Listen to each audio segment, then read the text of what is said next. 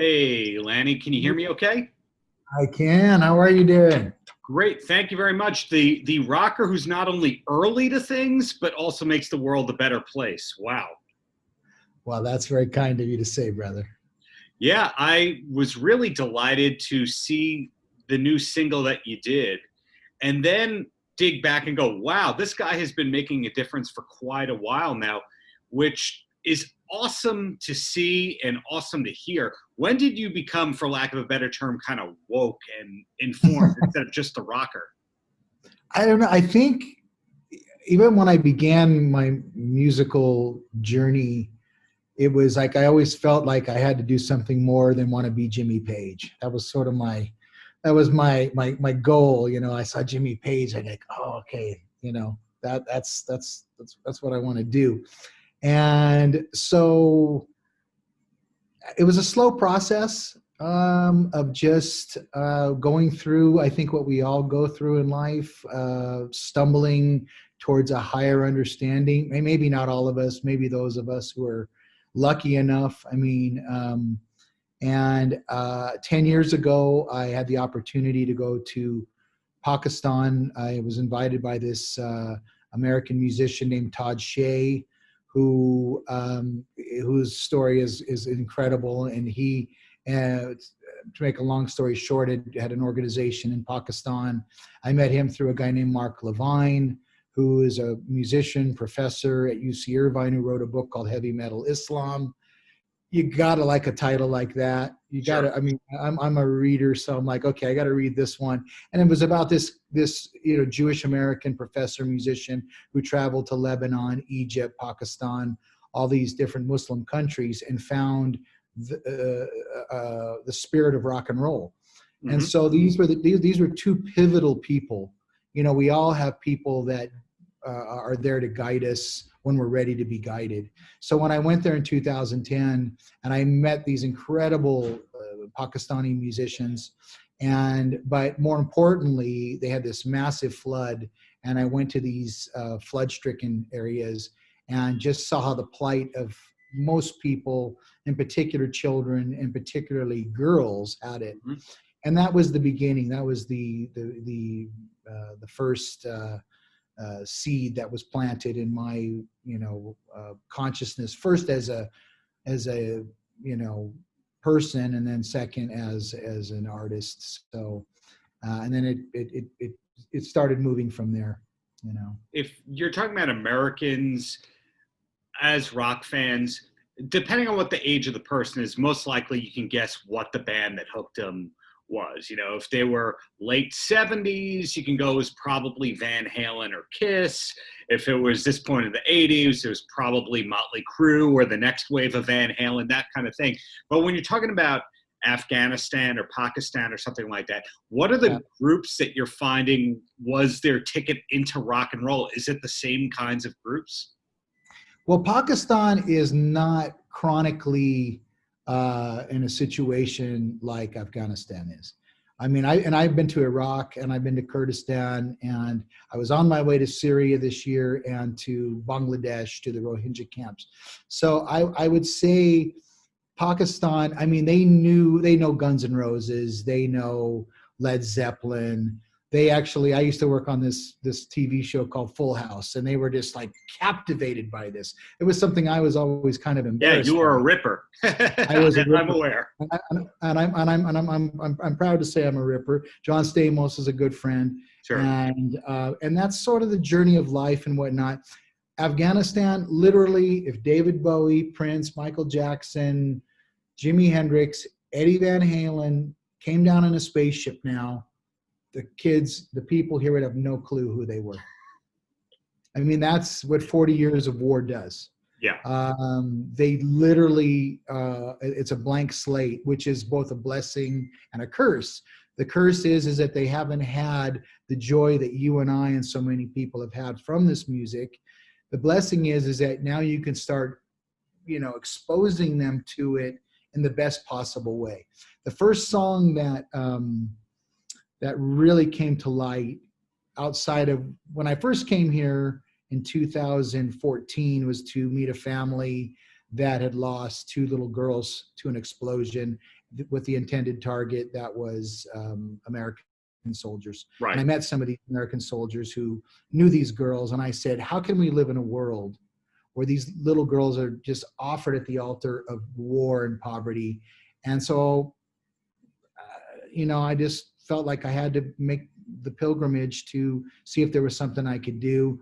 And the sister that survived that is, become a leading member of our group, Miraculous Love Kids, girl with the guitar. And that was just a moment of reckoning that the music that guys like you and I grew up with, it had to, I hate to digress. My mind is all over the place because you get a little fractured here in Afghanistan. But the way I always equate, we grew up with Led Zeppelin and I actually saw Van Halen when I was 15, when I was just first started, before they had a record deal. They played at the Golden Coast Ballroom. So I was like, that's really cool. I mean, I want to investigate the phenomena, and they just have never had that opportunity and still don't have that opportunity. I mean, it's just not even part of the possibility. So, that awareness was earth-shattering, because let's say, just for lack of a better, let's just say the Rolling Stones, the biggest band in the world. They do a tour, they play to 10 million people. There's 8 billion of us on the planet.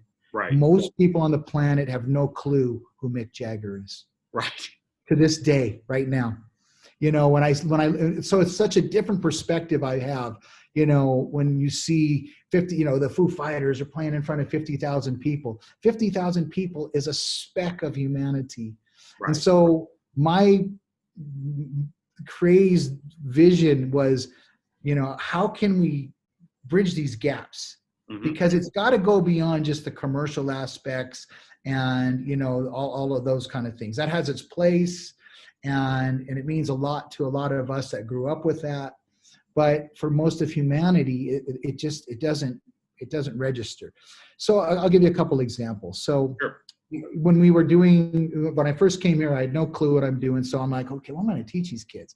Okay, Bob Marley, don't worry about a thing, which just seemed kind of weird, but they liked it because it's like, here's this guy here that's kind of showing them guitar and they don't really know what the words are. But then there was, I moved here February 1st, 2016, after meeting that family, because those girls were like, can you come here? We want to learn guitar. We want to,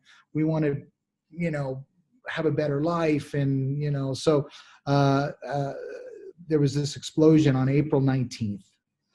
And at that point in Kabul, I said, we can't do these kind of songs. We got to do songs that really resonate with their condition of living in war for nearly 40 years. Although these kids are all between 7 and 15, all I've known is war, poverty, poverty, hardship, discrimination, childhood marriage, drugs. I just, every, this whole misnomer that Afghanistan is this conservative Muslim country is not truth.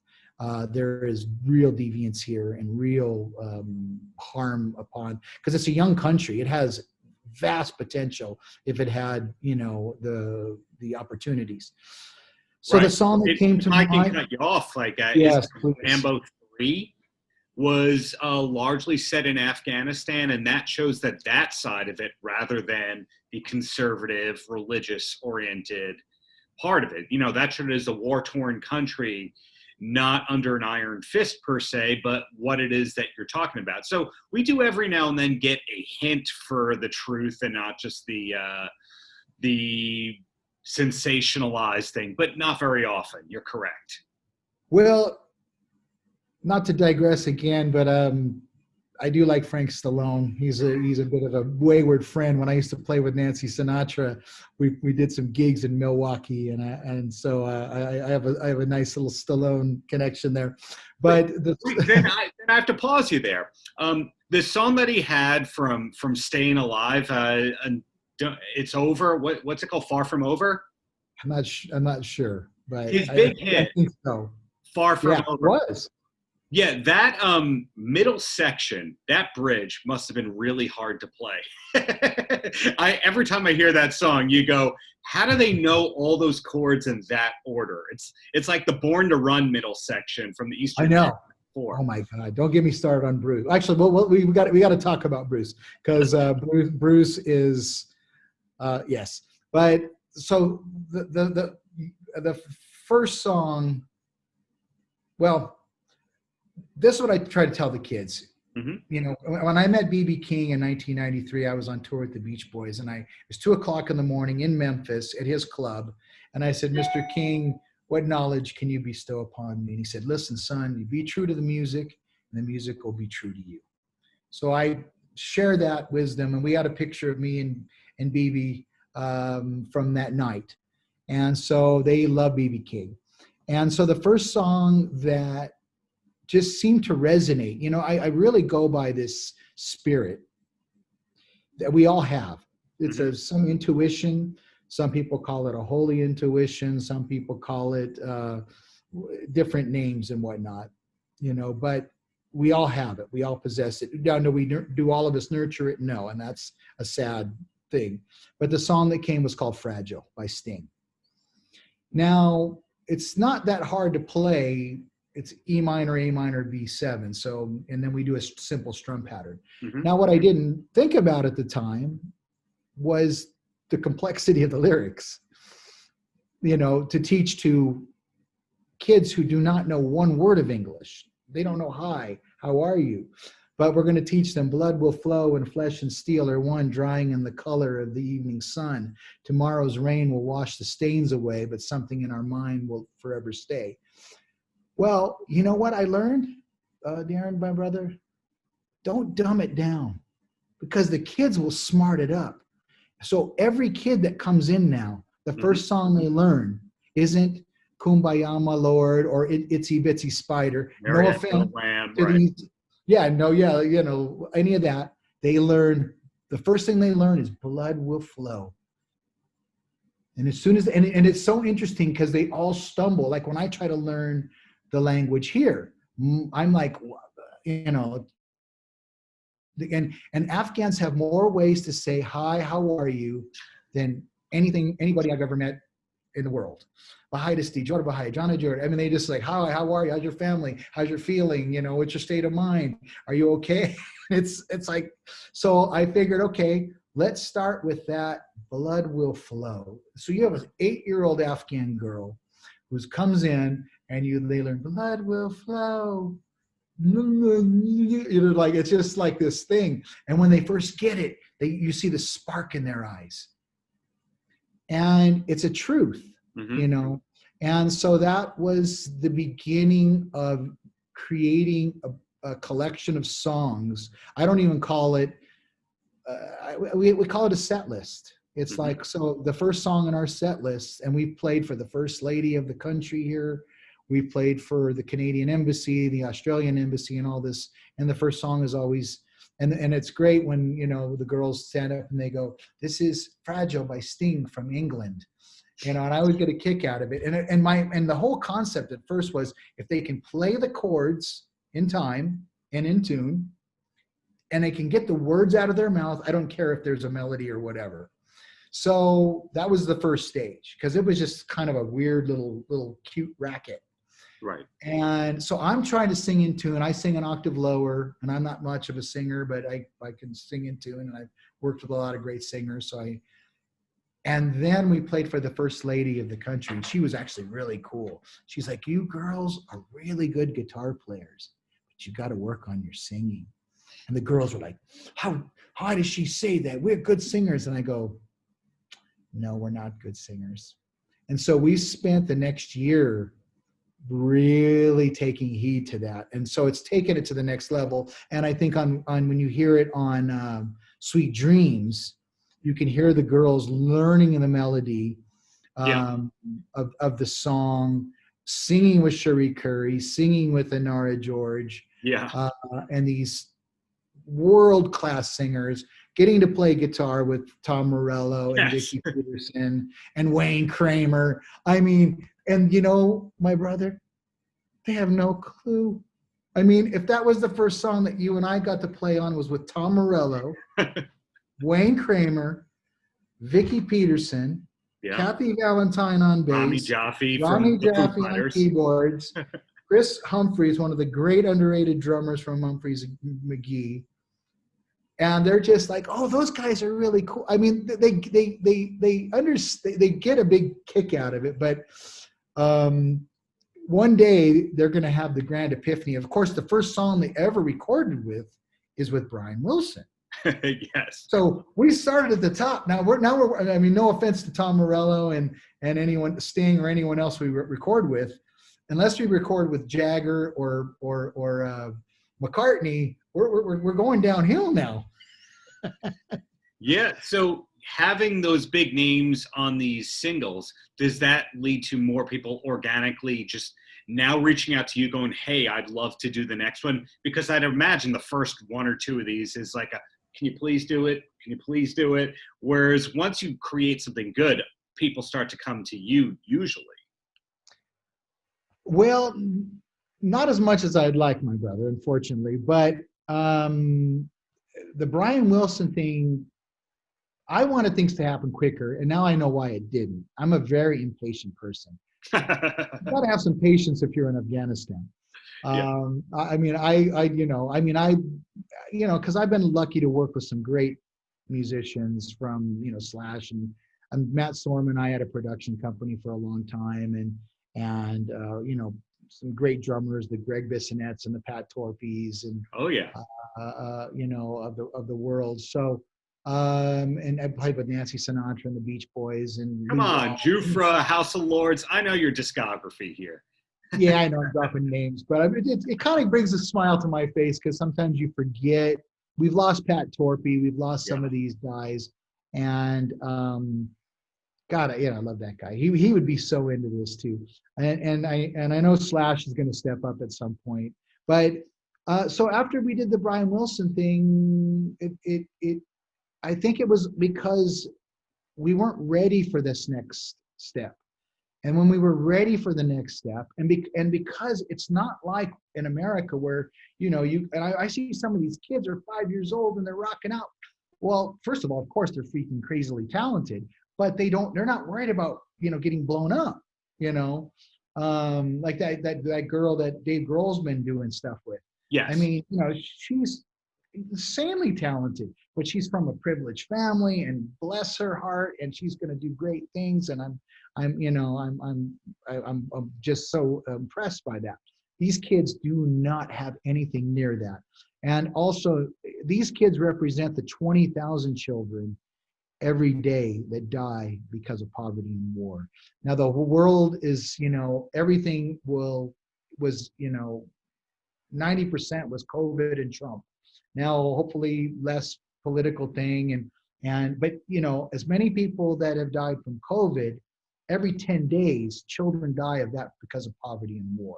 So that's my mission, is to get them part of the conversation so we can stop that freaking misery machine. And the music community, in my estimation, and being part of it, needs to step up, and we need to do a lot more. Yeah. And we need to do it in creative ways and powerful ways, and it needs to be local, and it needs to be the Stings and Bonos and all of that, those guys as well, and people who I've written heartfelt letters to, who I know personally, who have not responded, so I won't mention their names. I'd rather mention the names of people who have stepped up big time and have started to do things, not just for us. I mean, we represent what we're doing. There's other groups out there that need support that are doing it. Pete Seeger is a big hero of mine.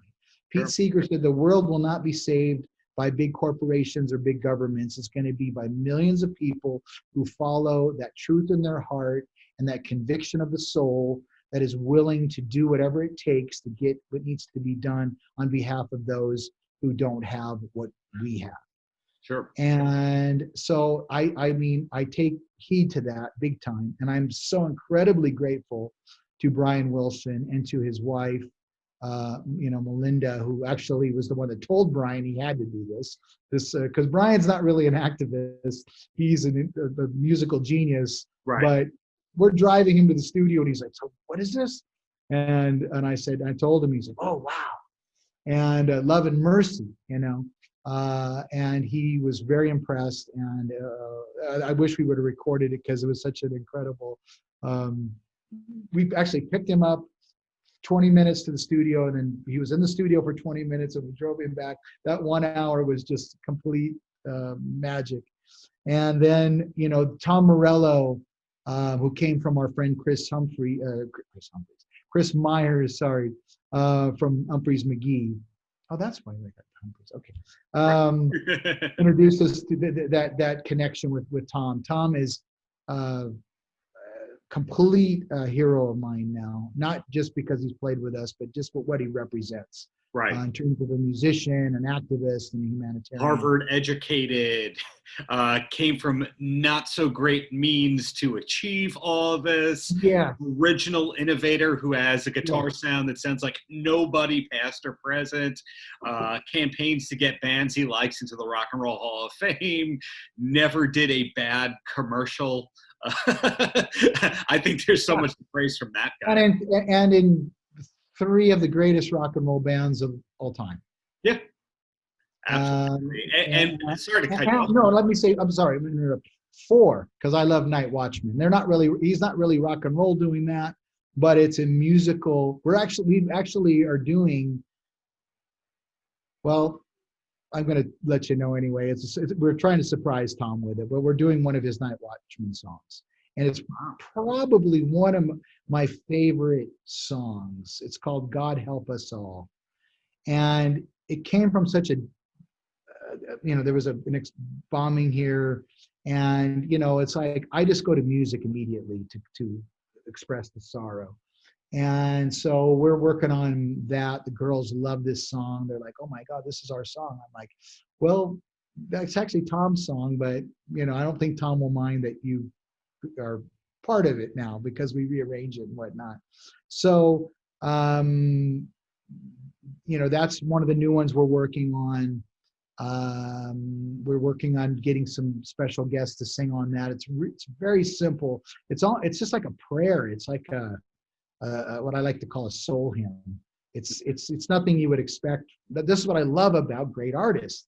I mean, Tom could be the dude that just puts on his whammy pedal and just does his Rage Against the Machine, riffs. But no, he's going to do this Pete Seeger, Woody Guthrie,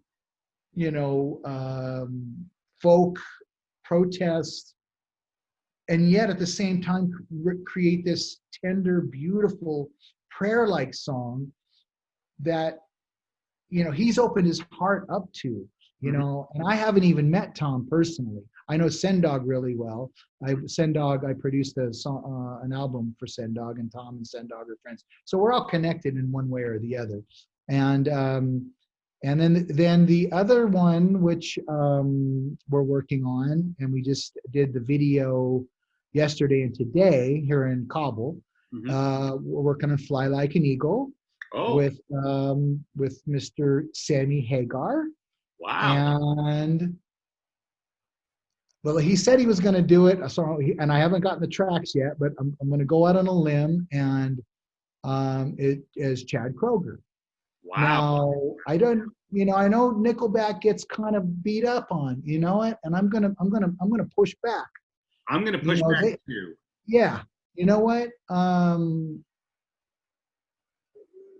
don't know. I don't get all that stuff. I just don't get it. I'll say why I can defend Nickelback, because let's forget any of the songs that are goofy or anything like that.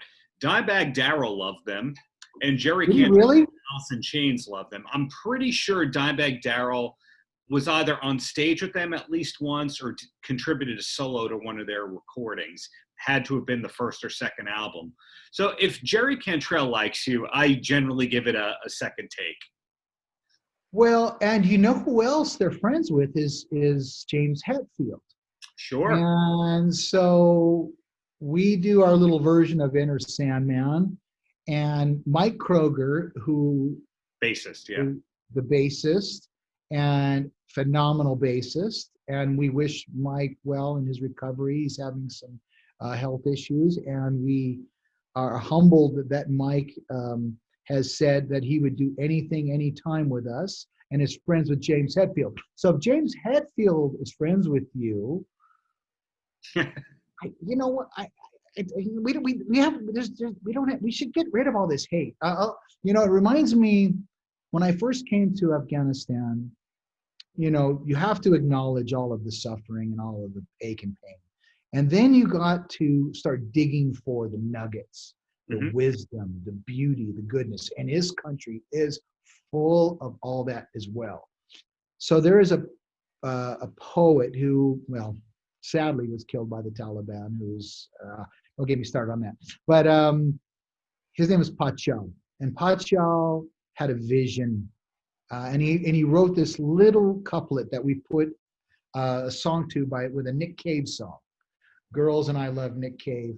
And it goes like this. It just says, let us completely drain the hatred from our blood in one Humanistan. And celebrate love with love. Then peace will come. Now, a lot of people don't know Stan means land. So Pakistan means the land of the pure. Afghanistan means the land of the Afghanistan. Tajikistan means the lands of the Tajik. So this guy was such a visionary. This is the land of the humans, the real humans, the peace humans. And I would go as far as saying the rock and roll humans. So I'm doing everything I can to wake up our brethren in the rock and roll community because we've lost so many. And I was one of those lost souls. I'm surprised I'm here because I was just miserable because I just wasn't in the place that I was supposed to be. You know, I remember when Janie Lane died and Lane Staley and all these guys from different genres, and all grunge came and took off.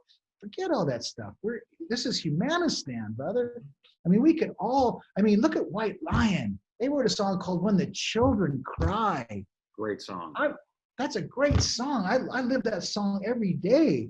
I want to give Mike Tramp a big old, I don't know, and give that guy a hug. Forget all that stuff, because those are the songs that represent that aspect. Now, look at the human journey is vast,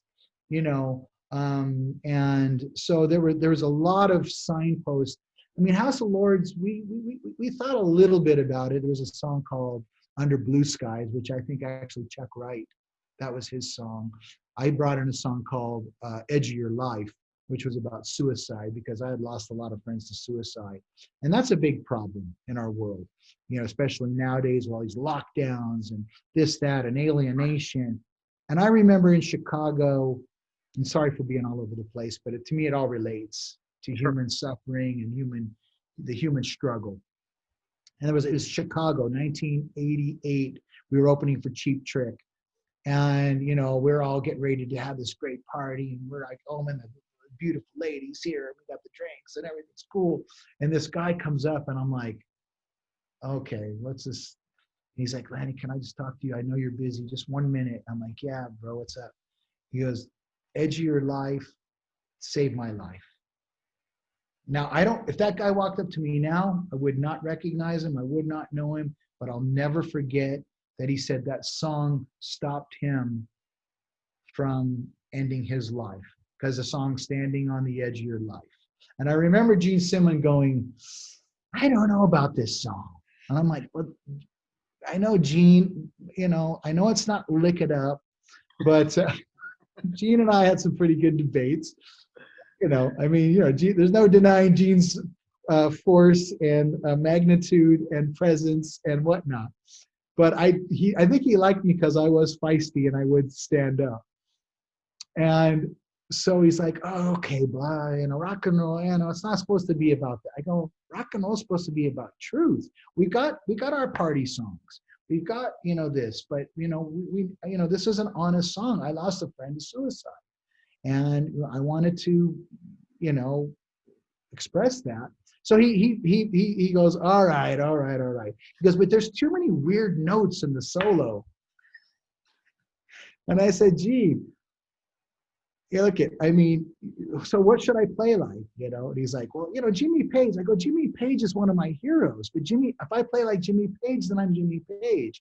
I'm trying to bring in some jazz elements like Django Reinhardt. And he's like, oh, blah, blah, blah, blah. And I'm like, well, then Gene, if you want Ace Frehley Robot, I'm not your guy. I love Ace Frehley, but Ace is great because Ace is Ace. Jimmy's great because Jimmy's great. And he came around. He's like, well, it's not my cup of tea, but I understand what you're saying, so I'll support you on that. So, I think that was part of standing up for what you believe in a respectful manner. Yeah. But then he made sure that I knew that Paul wrote "Lick It Up," that he didn't write "Lick It Up." I have to say, because you worked with or were part of two bands that Gene produced, managed, whatever you want to call what it is that he does. And the first time I was going to interview Gene Simmons, I was scared because I'm like, oh, he's going to be mean to me. It's going to be like those Howard Stern interviews. And after you let him, know that he's intelligent, he might let his guard down. And then I found him to be so nice and out of character, almost like how a professional wrestler drops the facade once they're out of character, and you find that the bad guys are the nice guys. I was so surprised that first time to see that Gene can be like that he's not just money, money, money all the time. Oh, I think that is such, I remember he was trying to break down my wall of purity, and I was trying to break down his wall of impurity. In other words, I don't mean that disrespectfully. I worked really hard. He respected my musicianship, and his thing was about fame and money, but he could respect someone who practiced, and he could, look what he said about Eddie Van Halen. No one articulated the loss of Eddie Van Halen better than Gene Simmons. Yeah. So, so Gene knows, so I've got a couple really great Gene stories. He brought me out to New York because he thought I could be like the next Jimmy Page or whatever, and believed in, our conversations, respected my intelligence, knew I was well-read. We didn't agree that, because I'm not going to walk out my door and dress up like, like Kiss Kiss Kiss. It was all about the artifice. Right. And I go, that's not me. I'm going to be that guy on the stage, but I'm not going to be that guy off the stage, necessarily. So he's like, well, look, there's got to be a nice happy medium. So I remember we were in New York. Him and I went to this little diner, just him and I, Gene Simmons and me, and we just had a cool little conversation. And he took me back to his hotel room, and he's like, I'm going to play you some recordings that no one will ever hear. And they were beautiful. It was like, he goes, look, this is Gene Simmons doing the Beach Boys. And it was great. Now, of course, since then, he's released all that stuff. And you can hear it. The Gene Simmons vault, yes. Exactly, because my dear friend, Alex Todorov, from Bulgaria, who I actually introduced to Gene, and I'm not looking for any extra credit, but Alex is no longer with us, but Alex introduced me to Bulgaria. That's a whole another conversation. But, I saw that there's this artifice, and working with other musicians, of course, I wanted to be like, oh, I want to be respected like Slash, and I want to be Jimmy Page, but now I'm so happy that I'm not, because as much as I love those guys and adore them and think their playing is just phenomenal. I was working with Matt Sorum, and he'd be spending 2 hours of his day getting angry at the Gardeners because I'm like, you know what I mean? And I love Matt. Matt Sorum is one of the greatest drummers ever, but he's 2 hours with the Gardener. I go, I don't want anything to do with this. I mean, so it finally got to the point where like, okay, so when I moved out of my place in Long Beach, and Oh, Long Beach, California? I lived in Long Beach, California for Oh, 20 wow. years, Okay. Long Beach, New York, but I love Long Beach, California. and I love Long Beach, New York. Yes. Wait, you've been to Long Beach, New York? Is that part of Long Island? Yeah. Well, yeah, a good buddy of mine. Do you know Richie Kanata? Richie Canada lives here? I thought he was a North Shore guy, but interesting. Well, maybe he is. Maybe I'm getting things. Billy Joel's sax guy? Yes. I played with him at the Beach Boys and Stamos and all that. That's the beauty of this whole. I guess after being here 5 years, I've made peace with all of my weird little connections, and I was always allowed to be part of the group, not because I was the most famous, but because I could contribute something musically, right, and artistically, and hopefully spiritually and whatnot. And so I guess that kind of brings us back around to trying to bring those different elements together. And it seems like it's slowly progressing in that direction. And I so appreciate, really appreciate what you do in, bringing to light music and its all of its different aspects, giving me a platform for your listeners to open up their minds and hearts to just, realize, number one, we're all in this together. Number two, we struggle at times, and music is a real, in the words of Albert Eiler, is the healing force of the universe. Sure. John Coltrane called it a love supreme. Yeah. But I know 99.9% of us cannot do what I do. So but if you want to help, you can go to miraculouslovekids.org and contribute whatever you can to help. But you know what? Every one of us can offer up some kindness, some encouragement, and it completely works. I mean, no matter, when I'm here and I'm down and out, I'll go to a couple places and just like say a couple kind words, and people, and it's an energy. We are forces of energy. Mm-hmm. So politics divide us, and religions divide us, and all these things divide us, nationalisms, but love and music can bring us back together. And that's, I can't top that, Lanny. Right? I mean, yeah. I think especially as males, sometimes we're so up in love and it's like, and I'm not talking about love, romantic love and all that kind of stuff, which has its place, right, of course. I'm talking about a force in the heart, a force in the soul, a force in the mind, and the creativity, because, there's something bigger than playing to 50,000 people on a stage and getting that thing. It's bigger. It's way bigger than that.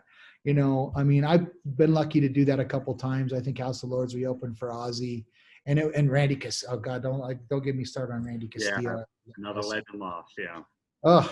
I watched that documentary actually when I was in Nashville. I come back to the States. Actually, I'm going to come back tomorrow for a couple weeks, but I watched the documentary. A friend says, "Oh, you got to watch it." And then they actually used the song Matt and Sorum and I wrote in the documentary, and it just reminded me of the humanity of it, which transcends even the rock and roll of it. The humanity. If we can stay in tune with our humanity and our mystical existence, we don't know where we come from. We've got to discover why we're here, which is to love and be loved and give and discover. And, that's that magic. Where we're going, we don't know for 100%. We want to go to heaven. Maybe there is, maybe we come, who knows? I think that's sort of exciting, but that the love in the music is the binding forces. And of course, the enemies of truth, the enemies of love, the enemies of peace, especially chronically here in Afghanistan, I love some of these fathers here because, they'll get, criticized, like, why are you letting, first of all, their daughters by learning guitar. We raise money so they're not working on the streets. The fathers are like, my daughter is this amazing girl who has so much potential, and he is a member of our family. And when you're part of a family here, they'll lay down their life for you. So it's not 100% perfect, because life isn't 100% perfect.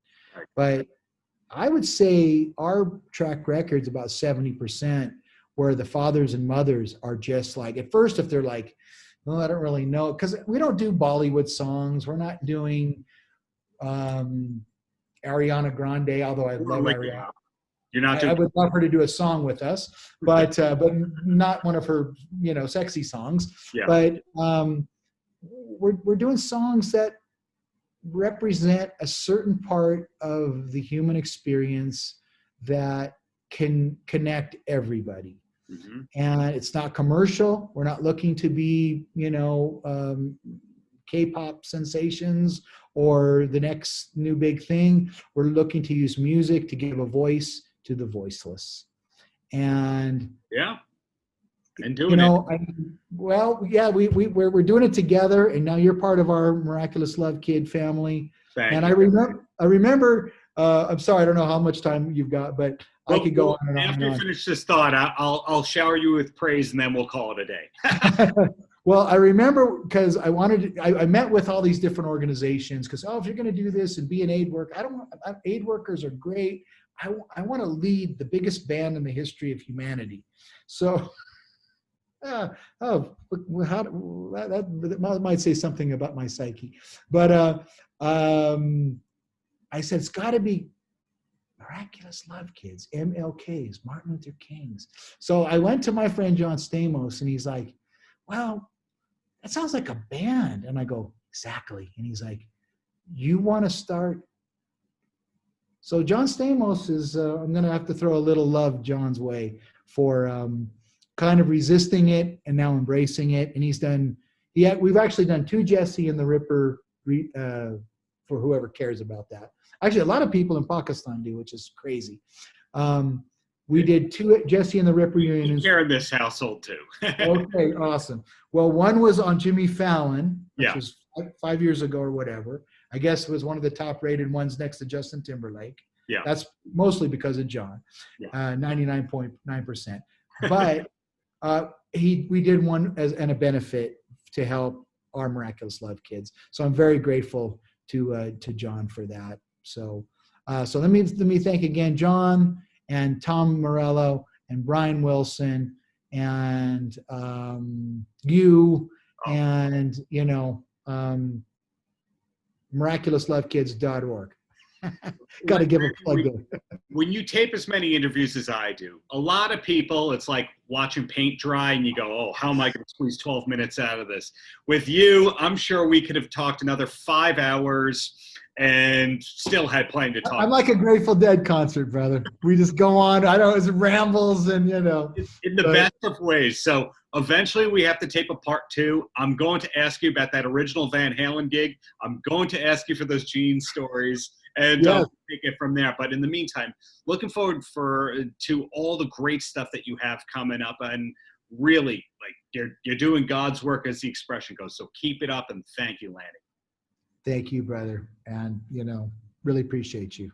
Safe travels back to the States, and hope to talk with you very soon. Yes, when we got that Fly Like an Eagle coming out, with Sammy Hagar. Looking forward. One of my favorite singers of all time is rock and roll. There is Sammy Hagar. So got to do that. Maybe Sammy will come on and say a few words. He loves the girls, and he, bless you, bless him, and bless all of us, all the good souls of the earth. Thanks, Lanny. Safe travels in the meantime. Take care, brother. Take care. Paltrocast.